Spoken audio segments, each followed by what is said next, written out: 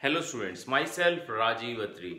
आज मैं आपको सिखाऊंगा कि कैसे किसी भी करंट कैरिंग लूप के ऊपर आप बायोट-सैवर्ट लॉ का यूज कर सकते हो। सो स्टूडेंट्स, ये है हमारी एप्लीकेशन। किसकी एप्लीकेशन? आप गॉस लॉ की एप्लीकेशन कह सकते हो इसे। हमें ऐसे ऐसे 3 एप्लीकेशंस पढ़नी पड़ेंगी, ओके?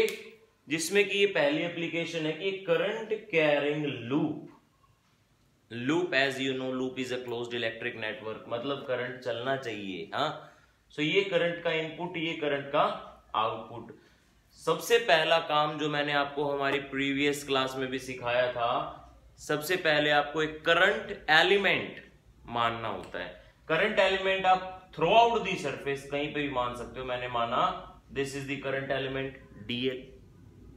आफ्टर दैट आपको करंट एलिमेंट की डायरेक्शन सजेस्ट करनी होती है, because as we know current element is a small straight part of conductor that having current, and that is a vector quantity having the same direction as conducting by our current.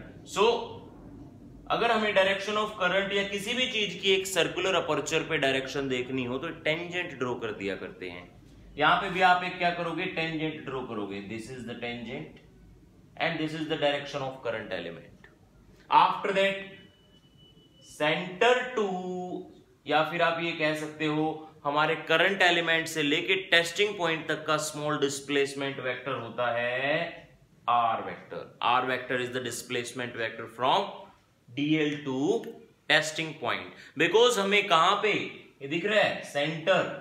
Centre of a circular current loop centre पे निकालनी है, that's why the testing point is at centre, and the angle between DL element और current element to the displacement vector is 90 degree, as we know tangent to the radius. ये हमारी theorem हुआ करती थी 9वीं class में। Now देखिए, because ये Biot-Savart law की एप्लीकेशन है तो हमें स्टार्टअप भी बायोट-सैवर्ट लॉ से ही मिलेगा। So by using the statement of Biot Savart law, क्या स्टेटमेंट पढ़ के आए हैं हम लास्ट क्लास में बच्चों? बायोट-सैवर्ट लॉ ने हमें स्मॉल पार्ट ऑफ कंडक्टर की मैग्नेटिक फील्ड निकालनी सिखाई थी। So small part of conductor की मैग्नेटिक फील्ड भी स्मॉल रही होगी। हाँ, I D L sine theta by R square ऐसे होती थी। और जब मैंने इसकी वेक्टर फॉर्म आपको सिखाई थी तो बच्चों हमने सीखा था कि ये जो एंगल है ये किस किस के बीच का होता है? DL cross R. हाँ, याद करो, वेक्टर फॉर्म कुछ इस टाइप से सीखी थी हमने। I D L cross R vector divided by R cube. हाँ, so angle is in between DL and R. इसके बाद देखो इन दोनों के बीच का angle 90 degree. So as theta is equal to 90 degree and sine 90 is equal to 1, तो यहां पे पुट करेंगे mu not by 4 pi I D L by r square. As we know, this is the small magnetic field due to small part, but we have to find the whole magnetic field due to this whole circular loop. So अगर मेरे को छोटे part से किसी बड़े part की कोई भी कॉन्फ़िगरेशन निकालनी हो तो आप क्या करोगे? छोटे से बड़ा निकाल के लाना तो इंटीग्रेट किया करते हैं। हाँ, बड़े से अगर छोटे छोटे टुकड़ों में बांटना है तो वो डिफरेंशिएट किया करते हैं। सो यहां पे आप क्या करोगे? इंटीग्रेटिंग बोथ साइड, दोनों तरफ इंटीग्रेट करो। डीबी का इंटीग्रेशन बी हो जाएगा mu not by 4 pi is a constant, I is a constant, R square is a constant, but DL is a variable. So DL ये सारे पार्ट अगर आपस में ऐड कर दूं मैं, या आप ये कहो समेशन कर दूं मैं, ये सारे पार्ट मिलकर क्या बनाएंगे? Circumference of this circle. So mu not by 4 pi I by R square, DL is 2 pi R, circumference of the circle. After solving these all values, we have mu naught by 2, I by R is the magnetic field due to this small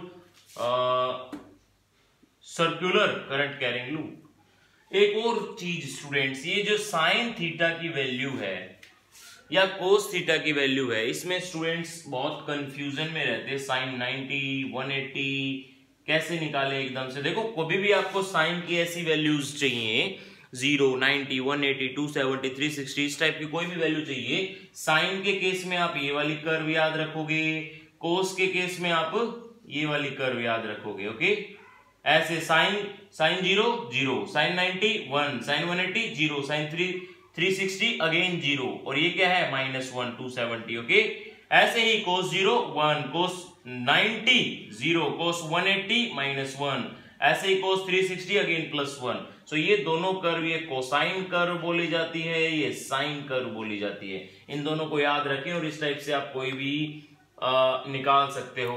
after that अब बात आती है direction की, because magnetic field is a vector quantity, so we have to find direction also.